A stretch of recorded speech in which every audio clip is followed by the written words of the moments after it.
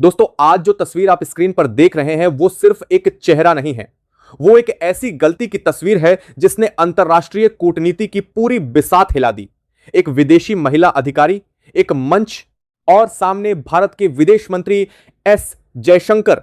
शायद उन्हें लगा होगा कि कश्मीर पर वही पुराना राग आलाप दिया जाएगा, कुछ तैयार सवाल पूछे जाएंगे और भारत दबाव में आ जाएगा। लेकिन उन्हें क्या पता था कि सामने वो शख्स खड़ा है जो शब्दों को हथियार बनाता है और सामने वाले की पूरी रणनीति को वहीं ढेर कर देता है। यही वजह है कि एक गलत अनुमान, एक गलत सवाल और एक गलत मंच ने पूरी कहानी को उल्टा कर दिया। यह मामला कोई छोटा बयान नहीं था, यह एक सोची समझी कोशिश थी।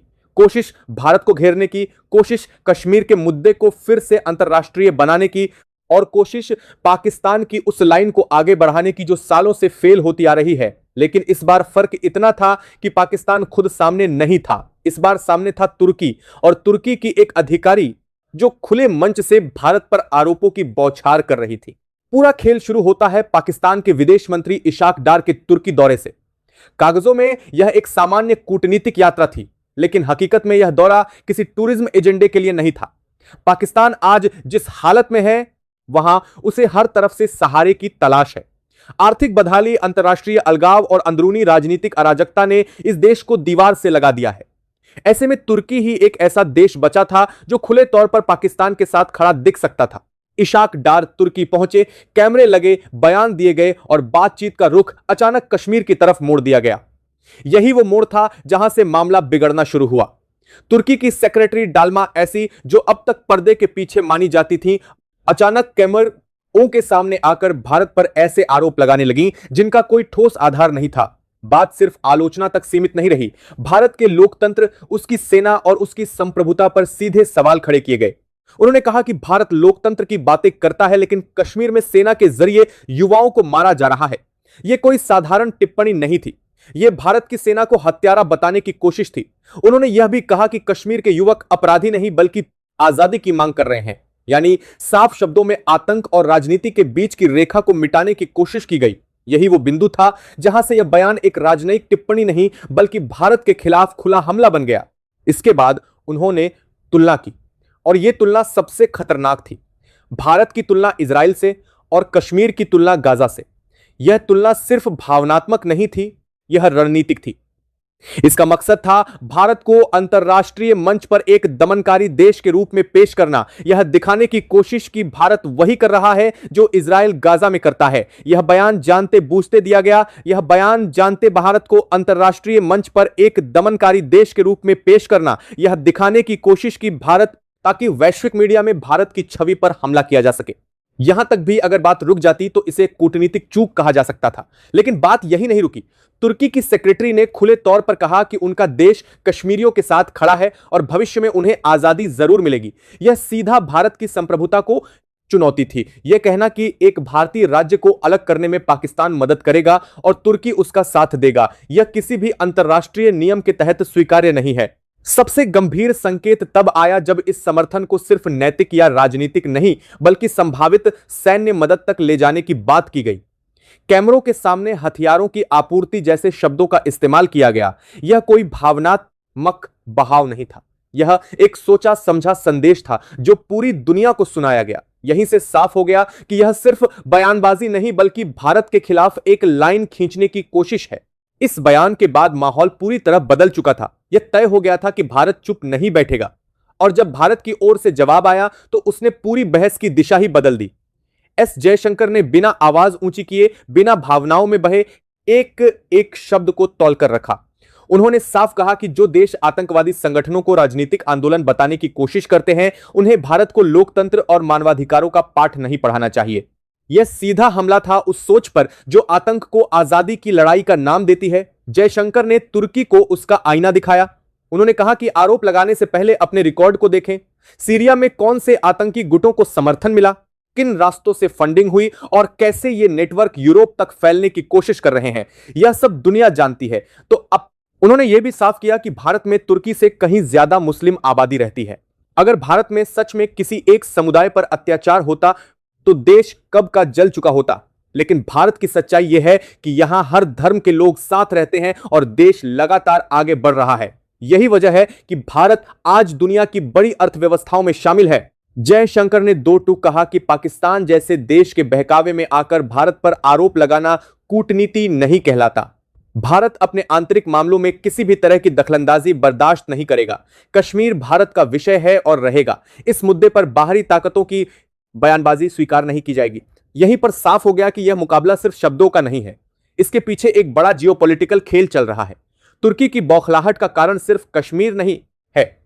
असली चोट तुर्की को वहां लगी है जहां उसे उम्मीद नहीं थी। भारत ने तुर्की की नाक के नीचे उसकी रणनीतिक योजनाओं को चुनौती दे दी है। आर्मेनिया, ग्रीस और साइप्रस, ये तीन नाम तुर्की को सबसे ज्यादा चुभते हैं। अजरबैजान तुर्की का करीबी दोस्त है और तुर्की खुलकर उसे हथियार देता है ताकि वह आर्मेनिया पर दबाव बना सके। लेकिन भारत ने खेल पलट दिया। भारत ने आर्मेनिया को हथियारों की सप्लाई बढ़ा दी, लगातार, तेज और रणनीतिक तरीके से। यही वजह है कि आज आर्मेनिया भारत के लिए एक बड़ा हथियार एक्सपोर्ट डेस्टिनेशन बन चुका है। तुर्की ने कई बार भारत को धमकाने की कोशिश की कि वह आर्मेनिया को हथियार देना बंद करे, लेकिन भारत ने ठीक उल्टा किया। जितना रोका गया उतनी तेजी से सप्लाई बढ़ाई गई। यही कारण है कि अजरबैजान की योजनाएं बार बार फेल हो रही हैं और तुर्की की झुंझलाहट कैमरों के सामने फूट रही है। इतना ही नहीं, जब भारत ग्रीस को अपनी आधुनिक मिसाइल सिस्टम ऑफर करता है तो तुर्की की परेशानी और बढ़ जाती है। मेडिटेरेनियन क्षेत्र में मौजूद छोटे छोटे द्वीप जो ग्रीस और साइप्रस के हैं, तुर्की उन्हें हड़पना चाहता है। लेकिन जब तक भारत इन देशों के साथ खड़ा है, तुर्की की एक भी चाल सफल नहीं हो सकती।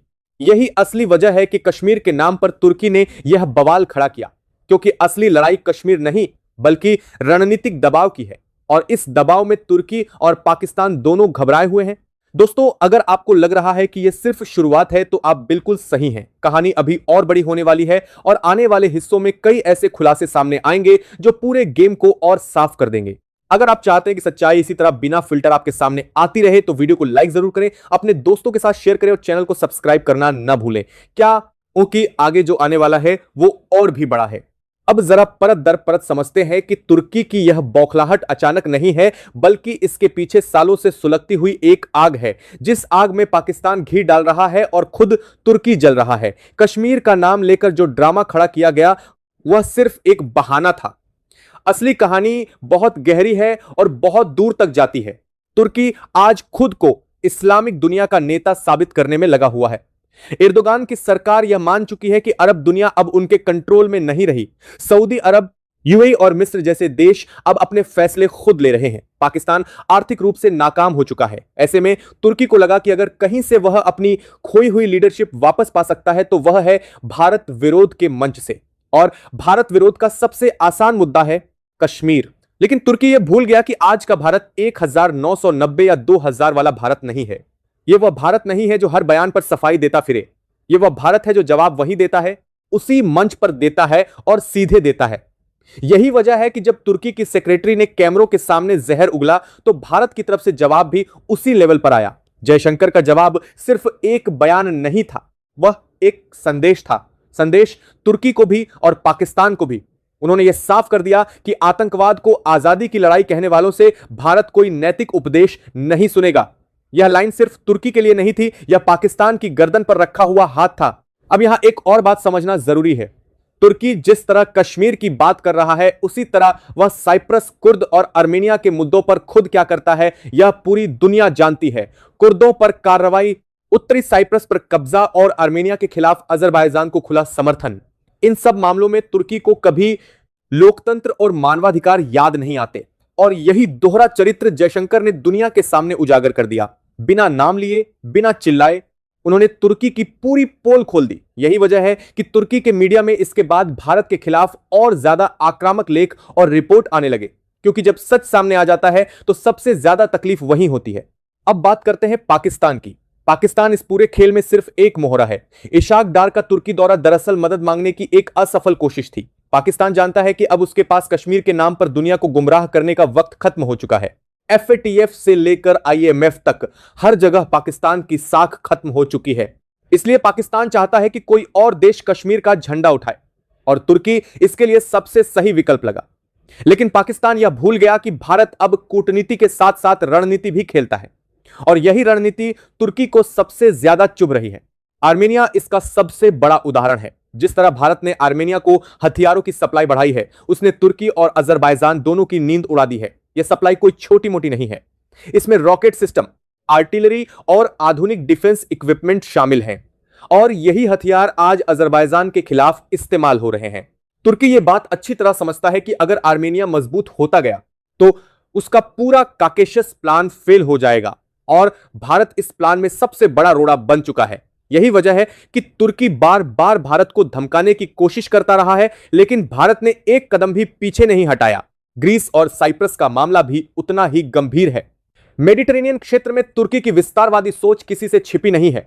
वह चाहता है कि समुद्र के उन द्वीपों पर कब्जा करे जिन पर उसका कोई कानूनी हक नहीं है। लेकिन ग्रीस और साइप्रस भारत के साथ खड़े हैं और भारत का साथ होना मतलब सिर्फ बयान नहीं, बल्कि ठोस रणनीतिक समर्थन। जब भारत ग्रीस को अपनी आधुनिक मिसाइल सिस्टम ऑफर करता है तो तुर्की के सैन्य प्लान पर सीधा असर पड़ता है। यही वजह है कि तुर्की को भारत की हर चाल चुभती है और इसी बौखलाहट में उसने कश्मीर का कार्ड खेला। अब एक और एंगल समझिए। तुर्की यह दिखाने की कोशिश कर रहा है कि भारत अंतरराष्ट्रीय मंच पर अकेला पड़ रहा है, लेकिन हकीकत इसके बिल्कुल उलट है। भारत आज यूरोप, अमेरिका, खाड़ी देशों और एशिया के बड़े हिस्से के साथ मजबूत रिश्तों में है। यही वजह है कि तुर्की के बयान के बाद कोई बड़ा देश उसके समर्थन में सामने नहीं आया। यह चुप्पी ही तुर्की के लिए सबसे बड़ा झटका थी, क्योंकि जिस अंतरराष्ट्रीय दबाव की उम्मीद थी वह बना ही नहीं। उल्टा भारत का पक्ष ज्यादा मजबूत होकर सामने आया और जयशंकर का बयान इस पूरी कहानी की रीढ़ बन गया। अब यह साफ हो चुका है कि तुर्की और पाकिस्तान मिलकर भारत के खिलाफ एक नैरेटिव खड़ा करने की कोशिश कर रहे हैं, लेकिन यह नैरेटिव अब ज्यादा दिन नहीं चलने वाला, क्योंकि भारत अब सिर्फ जवाब नहीं देता बल्कि खेल की दिशा बदल देता है। अब जरा उस परत को खोलते हैं जिसे जानबूझकर छिपाया जा रहा है। तुर्की और पाकिस्तान की यह पूरी हरकत किसी भावनात्मक हमदर्दी का नतीजा नहीं है, बल्कि यह एक ठंडी, गणनात्मक और लंबी रणनीति का हिस्सा है। यह रणनीति कश्मीर से शुरू नहीं होती और कश्मीर पर खत्म भी नहीं होती। यह रणनीति भारत को घेरने की है, भारत की बढ़ती ताकत को रोकने की है और भारत को वैश्विक मंच पर नैरेटिव की लड़ाई में फंसाने की है। तुर्की को सबसे बड़ा झटका तब लगा जब उसने देखा कि भारत अब सिर्फ एशिया की ताकत नहीं रहा। भारत अब यूरोप की सुरक्षा चर्चाओं में बैठा है, मेडिटेरेनियन के ही राजनीति में नाम आ रहा है और काकेशस जैसे संवेदनशील इलाके में भी उसकी मौजूदगी महसूस की जा रही है। यही बात तुर्की को हजम नहीं हो रही, क्योंकि तुर्की खुद को उस इलाके का नैसर्गिक नेता मानता है, लेकिन अचानक उसे एहसास हुआ कि खेल उसके हाथ से फिसल रहा है। इसीलिए तुर्की ने पाकिस्तान को आगे किया। पाकिस्तान को एक ऐसे मोहरे की तरह इस्तेमाल किया गया जो खुद तो हार चुका है, लेकिन दूसरों को नुकसान पहुंचाने की कोशिश अब भी कर सकता है। पाकिस्तान के पास कश्मीर के अलावा कोई मुद्दा बचा नहीं है। उसकी जनता महंगाई से परेशान है, सेना राजनीति में उलझी है और सरकार आईएमएफ की किश्तों पर टिकी हुई है। ऐसे देश से अगर कोई उम्मीद करता है कि वह किसी बड़े खेल का लीडर बनेगा तो यह खुद को धोखा देना है। लेकिन तुर्की को लगा कि पाकिस्तान का इस्तेमाल करके वह भारत को उकसा सकता है। यही वजह है कि बयानबाजी अचानक तेज हुई। कैमरों के सामने ऐसी भाषा का इस्तेमाल किया गया जो सामान्य कूटनीति में नहीं होता। इसका मकसद था भारत को भावनात्मक प्रतिक्रिया देने पर मजबूर करना। लेकिन यहां तुर्की से सबसे बड़ी गलती हो गई। भारत ने भावनात्मक जवाब दिया ही नहीं। जयशंकर ने जिस ठंडे दिमाग से जवाब दिया, उसने तुर्की की पूरी स्क्रिप्ट बिगाड़ दी। क्योंकि जब सामने वाला भावनाओं में बहता है तभी उस पर दबाव बनाया जा सकता है, लेकिन जब सामने वाला तथ्यों और इतिहास के साथ खड़ा हो तो सारी चालें बेकार हो जाती हैं। यही हुआ इस मामले में। अब बात करते हैं उस नेटवर्क की जो पर्दे के पीछे काम कर रहा है। तुर्की, पाकिस्तान और कुछ कट्टर लॉबी लंबे समय से यह कोशिश कर रहे हैं कि कश्मीर को फिर से अंतरराष्ट्रीय मंच पर विवादित मुद्दा बनाया जाए, लेकिन हर बार उन्हें असफलता हाथ लगी। संयुक्त राष्ट्र से लेकर बड़े पश्चिमी मंचों तक भारत का पक्ष ज्यादा मजबूत होकर उभरा। यही वजह ही है कि अब बयानबाजी का रास्ता चुना गया, लेकिन भारत ने यहां भी पलटवार किया। भारत ने साफ कर दिया कि कश्मीर कोई अंतरराष्ट्रीय मुद्दा नहीं है, यह भारत का आंतरिक मामला है और जो देश खुद अपने यहां अल्पसंख्यकों के मुद्दों पर सवालों से घिरे हों, उन्हें भारत पर उंगली उठाने से पहले 100 बार सोचना चाहिए। तुर्की को यह बात सबसे ज्यादा चुभी, क्योंकि तुर्की खुद कई मोर्चों पर घिरा हुआ है। यूरोप के साथ रिश्ते तनावपूर्ण हैं। नाटो के अंदर भी उसकी भूमिका पर सवाल उठते रहे हैं। कुर्द मुद्दा आज भी तुर्की के लिए सबसे बड़ा सिरदर्द है। ऐसे में भारत का आईना दिखाना तुर्की के लिए अपमान से कम नहीं था। अब इसी बिंदु पर कहानी और आगे बढ़ती है। तुर्की को लगा कि अगर वह भारत को कश्मीर पर नहीं घेर पाया तो वह भारत के दोस्तों पर दबाव बनाएगा। लेकिन यहां भी मामला उल्टा पड़ गया, क्योंकि भारत के दोस्त अब सिर्फ दोस्त नहीं रहे, वे रणनीतिक साझेदार बन चुके हैं। आर्मेनिया इसका सबसे बड़ा उदाहरण है। भारत ने आर्मेनिया के साथ रिश्ते सिर्फ हथियारों तक सीमित नहीं रखे, यह एक लंबी रणनीति का हिस्सा है। आर्मेनिया एक छोटा देश है, लेकिन उसकी भौगोलिक स्थिति बेहद अहम है और तुर्की यह बात अच्छी तरह जानता है। यही वजह है कि तुर्की और अजरबैजान दोनों को भारत की मौजूदगी सबसे ज्यादा खटक रही है। जब अजरबैजान को तुर्की का समर्थन मिलता है तो उसे लगता है कि वह क्षेत्र में मनमानी कर सकता है, लेकिन जब सामने भारत जैसा देश खड़ा हो तो गणित बदल जाता है। भारत की सप्लाई सिर्फ हथियारों की नहीं है, यह एक संदेश भी है। संदेश यह है कि भारत अब सिर्फ अपने आसपास नहीं बल्कि दूर के इलाकों में भी संतुलन बनाने की ताकत रखता है। ग्रीस और साइप्रस का मामला भी इसी कड़ी का हिस्सा है। मेडिटेरेनियन में तुर्की की विस्तारवादी सोच किसी से छिपी नहीं है, लेकिन जब भारत जैसे देश इन देशों के साथ खड़े होते हैं तो तुर्की को हर कदम सोच समझकर रखना पड़ता है। यही वजह है कि तुर्की का गुस्सा अब बयानबाजी में बदल चुका है और इसी गुस्से का नतीजा था वह महिला अधिकारी का बयान। यह बयान व्यक्तिगत नहीं था, यह एक सिस्टम का बयान था, एक ऐसी सोच का बयान था जो मानती है कि भारत को दबाव में लाया जा सकता है। लेकिन भारत ने साफ कर दिया कि अब यह संभव नहीं है। अब सवाल यह है कि आगे क्या तुर्की और पाकिस्तान यहीं रुक जाएंगे? जवाब है नहीं। लेकिन सवाल यह भी है कि क्या भारत घबराएगा? इसका जवाब और भी साफ है। भारत अब प्रतिक्रिया नहीं देता, भारत दिशा तय करता है। अब जरा उस इंटरनेशनल गेम को समझिए जो कैमरों से दूर खेला जा रहा है, क्योंकि जो कुछ मंच पर बोला गया वह सिर्फ ट्रेलर था। असली फिल्म पर्दे के पीछे चल रही है। तुर्की और पाकिस्तान की यह जोड़ी अचानक सक्रिय नहीं हुई है, इसके पीछे महीनों की तैयारी, मीटिंग्स और नैरेटिव बिल्डिंग का काम हुआ है। मकसद सिर्फ एक था, भारत को उकसाना और भारत को गलत रिएक्शन देने पर मजबूर करना। तुर्की को यह बात अच्छी तरह समझ आ चुकी है कि सैन्य या आर्थिक स्तर पर वह भारत का कुछ नहीं बिगाड़ सकता। भारत की अर्थव्यवस्था, भारत की डिफेंस कैपेबिलिटी और भारत की ग्लोबल स्वीकार्यता अब उस स्तर पर पहुंच चुकी है जहां सीधे टकराव का मतलब आत्मघाती कदम होगा। इसलिए रास्ता चुना गया नैरेटिव का। मानवाधिकार, लोकतंत्र और कश्मीर जैसे शब्दों को हथियार बनाया गया। लेकिन यहां भी तुर्की एक बड़ी भूल कर बैठा। उसने यह मान लिया कि भारत अब भी पुराने दौर की तरह सफाई देता फिरेगा। लेकिन भारत ने इस बार खेल ही बदल दिया। जयशंकर ने जवाब देकर यह साफ कर दिया कि अब भारत किसी भी नैरेटिव को डिफेंस नहीं करेगा, बल्कि सामने वाले को डिफेंस पर डाल देगा। अब इस पूरे खेल में पाकिस्तान की भूमिका समझना बहुत जरूरी है। पाकिस्तान आज खुद अस्तित्व के संकट से गुजर रहा है। उसके पास न पैसा है, न भरोसा और न ही कोई ऐसा मुद्दा जो दुनिया को आकर्षित कर सके। कश्मीर उसका आखिरी कार्ड है और जब वह खुद इस कार्ड को नहीं खेल पा रहा तो वह दूसरों के हाथ में थमा रहा है। तुर्की उसी कार्ड को लेकर मैदान में उतरा, लेकिन पाकिस्तान यह भूल गया कि भारत ने पिछले कुछ सालों में कश्मीर पर जमीनी स्तर पर जो बदलाव किए हैं उन्होंने दुनिया की सोच बदल दी है। अब कश्मीर को लेकर वही देश बोलते हैं जिनका खुद का रिकॉर्ड सवालों के घेरे में है, और यही बात भारत ने सबके सामने रख दी। तुर्की की सेक्रेटरी का बयान इसी हताशा का नतीजा था। उनके शब्दों में कूटनीति नहीं, झुंझलाहट साफ दिखाई दे रही थी। भारत की सेना पर आरोप लगाना, युवाओं को आतंकी नहीं बल्कि आजादी के लड़ाके बताना और इजराइल से तुलना करना, यह सब अचानक नहीं निकला। यह एक लिखी हुई स्क्रिप्ट थी, लेकिन स्क्रिप्ट वहीं फेल हो गई जहां भारत ने तथ्यों से जवाब दिया। अब यहां एक और बड़ा फैक्टर है जो तुर्की को सबसे ज्यादा परेशान कर रहा है, और वो है भारत की बढ़ती डिफेंस डिप्लोमेसी। भारत अब हथियार सिर्फ बेच नहीं रहा, भारत रणनीतिक साझेदारी बना रहा है। आर्मेनिया इसका जीता जागता उदाहरण है। जिस तरह भारत ने आर्मेनिया को सपोर्ट किया है, उसने पूरे काकेशस रीजन का बैलेंस बदल दिया है। तुर्की और अजरबैजान यह मानकर चल रहे थे कि आर्मेनिया को दबाया जा सकता है, लेकिन जब भारत जैसे देश ने वहां कदम रखा तो पूरा प्लान उल्टा पड़ गया। यही वजह है कि तुर्की ने भारत को कई बार संकेतों में चेतावनी देने की कोशिश की, लेकिन भारत ने एक भी कदम पीछे नहीं हटाया। ग्रीस और साइप्रस का मामला भी इसी रणनीति से जुड़ा है। मेडिटेरेनियन में तुर्की की आक्रामक नीति अब उसके लिए उलटी पड़ रही है, क्योंकि भारत जैसे देश जब ग्रीस के साथ खड़े होता है तो यह सिर्फ सैन्य सहयोग नहीं होता, यह एक मैसेज होता है। मैसेज यह कि भारत अब हर उस जगह मौजूद रहेगा जहां अंतरराष्ट्रीय नियमों को कुचलने की कोशिश होगी। और यही बात तुर्की को अंदर से खाई जा रही है, क्योंकि तुर्की खुद को क्षेत्रीय ताकत मानता है। लेकिन जब भारत दूर बैठकर उसकी चालें काट देता है तो बौखलाहट लाजमी है।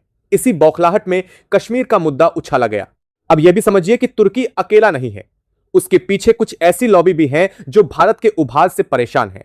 यह लॉबी चाहती है कि भारत किसी विवाद में उलझा रहे ताकि उसकी आर्थिक और रणनीतिक रफ्तार धीमी पड़े। लेकिन इस बार दांव उल्टा पड़ गया। जयशंकर का बयान सिर्फ तुर्की के लिए नहीं था, वह एक ग्लोबल मैसेज था। मैसेज यह है कि भारत अब किसी के एजेंडे पर नहीं चलेगा। जो भारत पर उंगली उठाएगा पहले उसकी अपनी फाइल खोली जाएगी। यहीं से यह साफ हो जाता है कि यह मामला किसी एक बयान पर खत्म नहीं होने वाला। यह एक लंबी लड़ाई की शुरुआत है, नैरेटिव की लड़ाई, दबाव की लड़ाई और प्रभाव की लड़ाई। और इस लड़ाई में भारत अब पीछे हटने वाला नहीं है। अब कहानी उस मोड़ पर पहुंच चुकी है जहां सिर्फ बयान नहीं बल्कि वैश्विक प्रतिक्रियाएं खेल बदलने लगती हैं। तुर्की को जिस बात की सबसे ज्यादा उम्मीद थी वही उसकी सबसे बड़ी निराशा बन गई। उसे लगा था कि उसके बयान के बाद अंतरराष्ट्रीय मंच पर भारत के खिलाफ आवाजें उठेंगी। कुछ पश्चिमी मीडिया, कुछ मानवाधिकार संगठन और कुछ देश मिलकर भारत पर दबाव बनाएंगे। लेकिन हुआ ठीक उल्टा। तुर्की के बयान के बाद दुनिया का रुख देखने लायक था। कोई बड़ा देश खुलकर तुर्की के समर्थन में नहीं आया, न यूरोप, न अमेरिका, न खाड़ी देश। यह चुप्पी अपने आप में बहुत बड़ा संदेश थी, क्योंकि अंतरराष्ट्रीय राजनीति में चुप्पी अक्सर समर्थन से ज्यादा खतरनाक होती है। इसका मतलब साफ था कि तुर्की की बातों को गंभीरता से नहीं लिया गया और इसी चुप्पी के बीच भारत का रुख और ज्यादा मजबूत होकर उभरा। जयशंकर के बयान को कई देशों में एक संतुलित और तथ्यात्मक जवाब माना गया। भारत ने न तो भाषा की मर्यादा तोड़ी और न ही किसी तरह की धमकी दी, लेकिन संदेश बिल्कुल साफ था। भारत अपने आंतरिक मामलों में किसी की दखलंदाजी स्वीकार नहीं करेगा। यहां एक और अहम बात समझनी जरूरी है। तुर्की यह भूल गया कि आज की दुनिया सिर्फ भावनाओं पर नहीं चलती। आज की दुनिया डेटा, स्थिरता और भरोसे पर चलती है। और इन तीनों मामलों में भारत आज मजबूत स्थिति में है। निवेशक भारत पर भरोसा करते हैं, बड़े देश भारत के साथ रणनीतिक साझेदारी चाहते हैं। ऐसे में तुर्की का बयान एक शोर से ज्यादा कुछ नहीं बन पाया।